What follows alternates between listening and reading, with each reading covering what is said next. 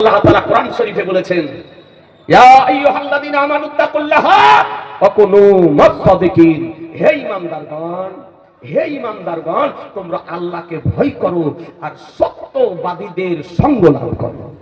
সত্যবাদীদের সঙ্গ লাভ করো। আজকাল কিছু মানুষ বেরিয়েছে, আল্লাহর ওলি দেখলে বিদ্রুপ করে, আল্লাহর ওলিদেরকে দেখলে ঠাট্টা করে, আল্লাহর ওলিদেরকে দেখলে উপহাস করে, আল্লাহর ওলিদেরকে দেখলে আপনার ব্যঙ্গ করে।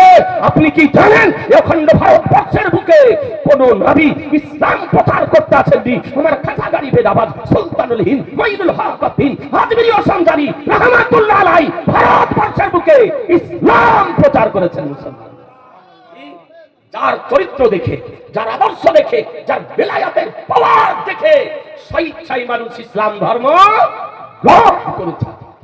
আল্লাহর ওলির পাওয়ার। তো আল্লাহর ওলির নিকটে যাওয়া কোরআন মাজিদ হতে প্রমাণিত, হাদিস শরীফ হতে প্রমাণিত।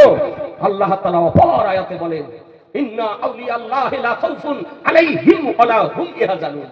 নিশ্চয় আল্লাহর ওলি যারা, তাদের কোনো ভয় ভীতি নেই, তারা কোনো চিন্তিত নয়, কারণ তাদের সঙ্গে আল্লাহ রয়েছে। আল্লাহ রাব্বুল আলামিন কোরআন শরীফে বলেন যে আমি তাদের সঙ্গে আছি।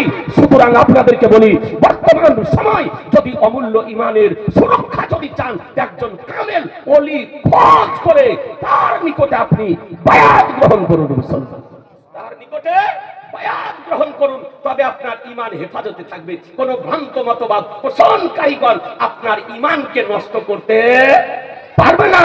তবে পিওর ওলি যেন হয়, কোন ঠগবাজের পালটে পড়ে গেলে বাধা না। ও পীর আবার যাচাই বাছাই করে আপনাকে ধরতে হবে, যেন পিওর পীর যেন হয়, আসল পীর যেন হয়, আসল ওলি যেন হয়, ভণ্ড যেন না হয়। আসলকে গ্রহণ করুন আর নকল হতে সাবধান, নকল হতে সাবধান। আমরা আসলকে গ্রহণ করি, আসলকে মান্য করি, তাই বলে কোন ভণ্ডকে প্রশ্রয় দিই না। আমরা আহলুস সুন্নাত ওয়াল জামাতের ব্যক্তি, রাদারানি ইসলাম। তাই আপনাদেরকে বলতে চাই, আমার নবী পাক সাহেবে লাউলা সাল্লাল্লাহু তাআলা আলাইহি ওয়াসাল্লামের দেওয়া বিধান। আজ আমরা আহলুস সুন্নাত ওয়াল জামাতের ব্যক্তি, আমরা সুন্নি হানাফি ব্যক্তি, নাকি বলছেন? হ্যাঁ, আজকে সুন্নি হানাফি ব্যক্তি। আমরা আপনার শবে বারাত যুগ যুগ ধরে পালন করে আসছি, করেন না? আচ্ছা, কালকে কি শবে বারাতের আলোচনা শুনেছেন? হ্যাঁ, এই শবে বারাত, আজকে আমরা শবে বারাতে রোজা রাখি, নাকি বলছেন?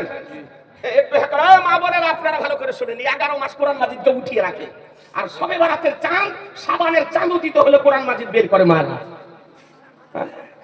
একটা মেয়ে কোরআন মাজিদ আপনার পড়তে যেত, তো ওর স্বামীটা আপনার পড়তে জানতো না, তো কোরআন মাজিদ পড়ে, আর মাটির ঘর, ও কোরআন মাজিদ রমজান মাসে পড়ে, শাবান মাসে পড়ে, আর তারপর আবার ওকে তাকে উঠিয়ে রেখে দেয়, আর 11 মাসে ওই পোকাতে ওকে খেয়া শেষ করে দেয়।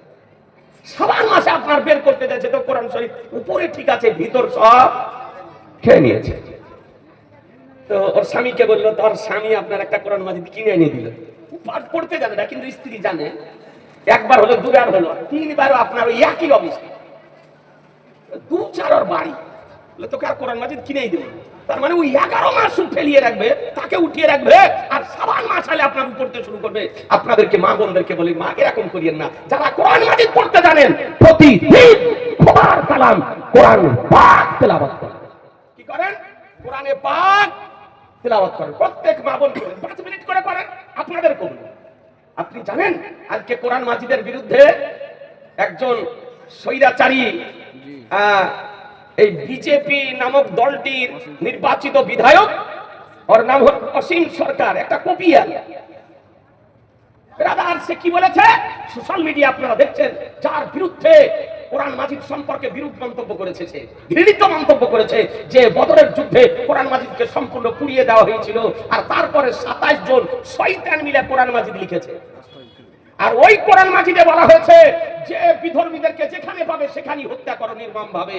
তো বলে যে কোরআন বলে, ধর্মীয় গ্রন্থ বলে বিধর্মীকে হত্যা করো যেখানে পাবে সেখানে নির্মম ভাবে, এই রকম ধর্মীয় গ্রন্থে আমি পেশাব করে দিই, নাউজুবিল্লাহ, আমি যে কোনো মুহূর্তে পুড়িয়ে ফেলতে পারি, এই রকম কথা আপনার বলেছে।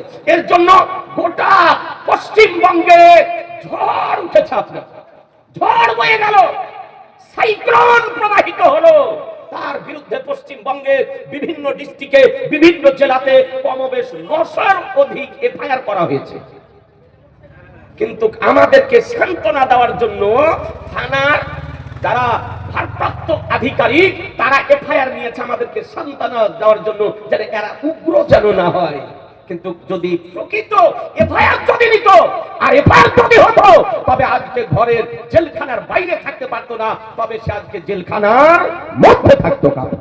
এখন পর্যন্ত তাকে অ্যারেস্ট করা হয়নি। আজকে কোরআন মাজিদ সম্পর্কে এই রকম বিরূপ মন্তব্য করা হলো, খোদার কালাম সম্পর্কে জঘন্য ঘৃণিত মন্তব্য করা হলো, তার বিরুদ্ধে এফআইআর করার পর তাকে কেন অ্যারেস্ট করা হচ্ছে না, এটা আমরা জানতে চাইবো না? আপনারা জানতে চাইবেন না যে কেন অ্যারেস্ট করা হচ্ছে না? তার জবাব দিতে হবে আমাদেরকে। কিন্তু এখন তার কোনো জবাব নেই। আজ বর্তমান সময় রাজনীতি চলছে, উন্নয়নের রাজনীতি, উন্নয়নের কথা নেই, স্বাস্থ্যের কথা নেই, কলকারখানার কথা নেই, শিল্পর কথা নেই, শিক্ষার কথা নেই, স্বাস্থ্যের কথা নেই। এখন মনে হচ্ছে ধর্মকে নিয়ে রাজনীতি করতে নেমেছে। ধর্মকে নিয়ে রাজনীতি করতে নেমেছে। এর পরিণাম কিন্তু ভালো হবে না, এর পরিণাম কিন্তু ভালো হবে না। আপনাদেরকে বলতে চাই, এ ব্রাদার ইসলাম যাজকে এত ঘৃণিত কথা সে আপনার বলেছে, আমাদের দাবি যে ব্যক্তিকে অবিলম্বে অ্যারেস্ট করে ভারতীয় সংবিধান মোতাবেক বিচারের কাঠগড়ায় দাঁড় করিয়ে আপনার তার দৃষ্টান্তমূলক শাস্তির ব্যবস্থা করা হোক। মুসলমান যেন ভবিষ্যতে কোন ব্যক্তি কোন ধর্মের উপরে আঙ্গুল উঠাতে না পারে। কিন্তু কাজ খোলা প্রকাশ্যভাবে ইসলাম ধর্মের বিরুদ্ধে, মুসলিমদের বিরুদ্ধে, ধর্মীয় গ্রন্থের বিরুদ্ধে অকথ্য ভাষায় কথা বলা হচ্ছে, অথচ তাদের কোনো বিচার পশ্চিমবঙ্গে আজকে হয় না। এটা দুঃখের বিষয়। আজ জানে মহতারাম, এটা চলছে সবে বরাতের মাস। আল্লাহ তাআলা কোরআন মাজিদের মধ্যে বলেন, ফিহা ইউফরাকু কুল্লু আমরিন হাকিম। এই মহামণ্ডিত রাত্রিতে আল্লাহ তাআলা সমস্ত হিকমতময় কর্মকে আপনার বন্টন করেন। সবে বরাতের রাত্রি অর্থাৎ 14 তারিখ দিবাগত রাত্রি, 15ই শাবানের রাত্রিতে আল্লাহ তাআলা সমস্ত হিকমতময় কর্ম বন্টন করেন। এখন আমরা রোজা রাখি, সবে বরাতে রোজা রাখেন না? মা বোনেরা রাখে? রাখে না? রাখেন, অনেকেই রাখেন। সবাই রাখেন না, অনেকে রাখে। আপনাকে পূর্বেই বলেছি, নবীর এটা প্রিয় মাস। নবী আমার কোন কোন বছর পুরা মাস রোজা রাখতেন, আর কোন কোন মাস কিছু ছেড়ে দিয়ে রাখতেন। তাহলে শাবান মাসে রোজা রাখা বেদাত না নবীর সুন্নাত? জোরে বলেন না, আরেকটু জোরে। সুন্নাত। কারণ নবী নিজে রোজা রেখেছেন, পুরা মাস রোজা রেখেছেন, মানে পুরা মাসের মধ্যে নিসফে শাবানও আছে। বুঝছেন? 14 তারিখ আছে, 15 তারিখ আছে। তাহলে আমি যদি 14-15 তারিখ শাবান মাসের রোজা যদি রাখি, তো নবীর সুন্নাত আদায় হবে না? হবে না? হবে। অথচ বলছে শাবান মাসে রোজা রাখলে রোজা রাখা বিধাত, হারাম। এক পোল্ট্রি মুরগি আপনার বেরিয়েছে, জি, রাজমিস্ত্রি, আরবি লেখাপড়া জানে না, ওইদিকে কলকাতার দিকে, ওইদিকে 24 পরগনার দিকে বাড়ি, 24 পরগনার দিকে বাড়ি। এই কিছুদিন আগে আপনার এসেছিল এই মুথাবাড়ি, কালিয়াচক মুথাবাড়ি বাবলা। তো বলেছিল যেমন ঘোড়ার ডিমের কোনো অস্তিত্ব নাই, এইরকম পীরের কোনো অস্তিত্ব ইসলামে নাই। তো পুরো এলাকার মানুষ ধরেছিল মুনাজারাতে বসার জন্য। ওই আপনার 24 পরগনার নাম হলো মুমতাজুল। কোনো ভাই রাগ করিয়েন না, আপনার ওই মুমতাজুল এরকম করে দাঁড়াবে, তো 1-1.5 হাত পাকে ফাঁক করে, আর এইরকম করে বুকে মহিলাদের মতন হাত বাঁধা। রাজমিস্ত্রির কাজ করতো, লেখাপড়া জানে না, এক লাইন আরবি পড়ার ক্ষমতা রাখে না। কেউ যদি আপনি যাচাই করতে হয় তো বসা, আজকে আপনাদের গ্রামেই বসতে রাজি আছে মুসলমান। আপনি কোনো পক্ষ অবলম্বন করিয়েন না, ওকে আর আমাকে বসিয়ে দেন। ও আরবি পড়তে জানে কি জানে না দেখেন। ব্রাদার ইসলাম এক লাইন নাড়া আরবি হাদিসের কিতাব পড়ার যোগ্যতা রাখে না। ও হলো হাফ মুন্সি, একখান বাংলা কিতাব পকেটে করে ব্যাগে করে আপনার ঘুরে বেড়ায়। তো বলতেছে যে সবে বরাতের একটি রোজা রাখাই জাহান্নামে যাওয়ার জন্য যথেষ্ট। বলছে আর কোনো কাজ যদি না করে, কোন কাজ যদি জাহান্নামে যাওয়ার না করে, কেবলমাত্র শবে বারাতে সাবানের যদি একটি রোজা রাখে, যে শবে বারাতে রোজা, তো বলছে ওটাই জাহান্নামে যাওয়ার জন্য যথেষ্ট। তার মানে ও সোজা জাহান্নামে যাবে। বলুন, আপনাদের তো বিবেক আছে, জ্ঞান আপনারা রাখেন। বলবি না হলেও রোজা রাখা ভালো না খারাপ? জোরে বললে হবে না? ভালো। নামাজ পড়া ভালো না খারাপ? ভালো। তো ভালো কাজ করলে কোনোদিন জাহান্নামে যায়?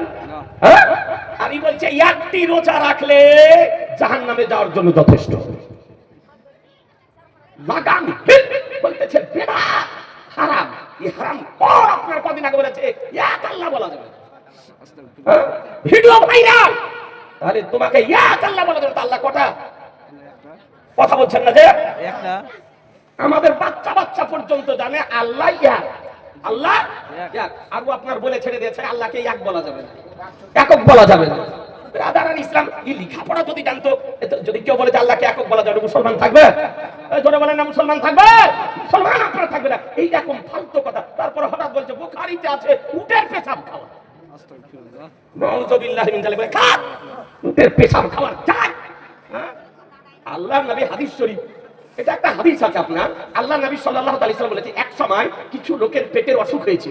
সে সময় আয়ুর্বেদিক, তারপরে অ্যালোপ্যাথি, হোমিও এসব ওষুধ আবিষ্কার হয়নি। তো ভুঁড়িটা, পেটটা মোটা হয়ে যেতেছে।